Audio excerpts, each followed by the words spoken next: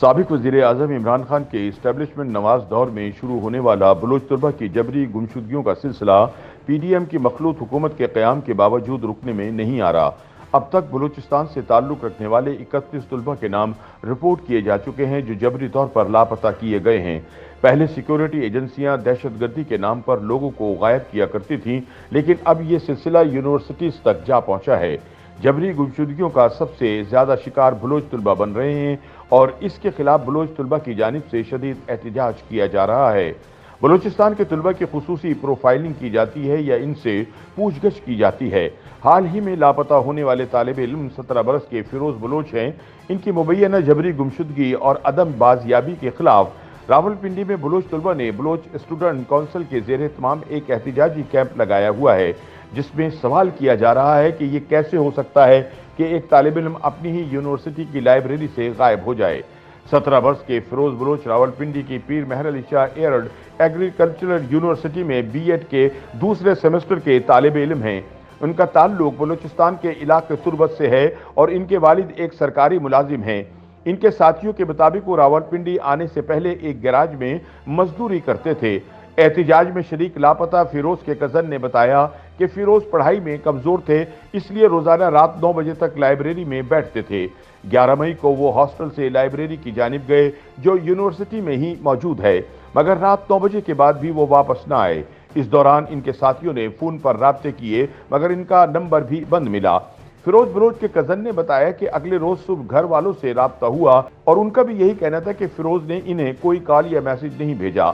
فیروز کا نہ تو کوئی ٹویٹر اکاؤنٹ تھا اور نہ ہی کسی اور سوشل میڈیا پلیٹ فارم پر سرگرم تھے۔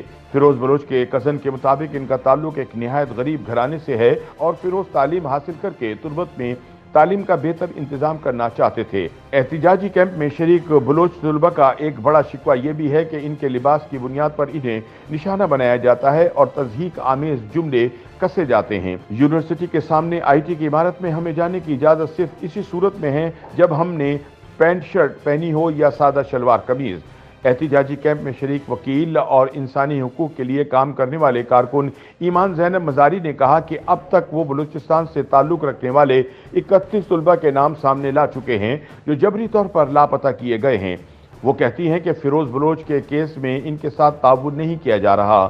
ہم نے پولیس کو کہا ہے کہ کم از کم لیگل ٹیم کو تو آپ سی سی ٹی وی فوٹیج دکھائیں تاکہ ہم شناخت کر سکیں، مگر ہمیں نہیں دکھائی جا رہی اور کہتے ہیں کہ وہ فوٹیج میں موجود ہی نہیں۔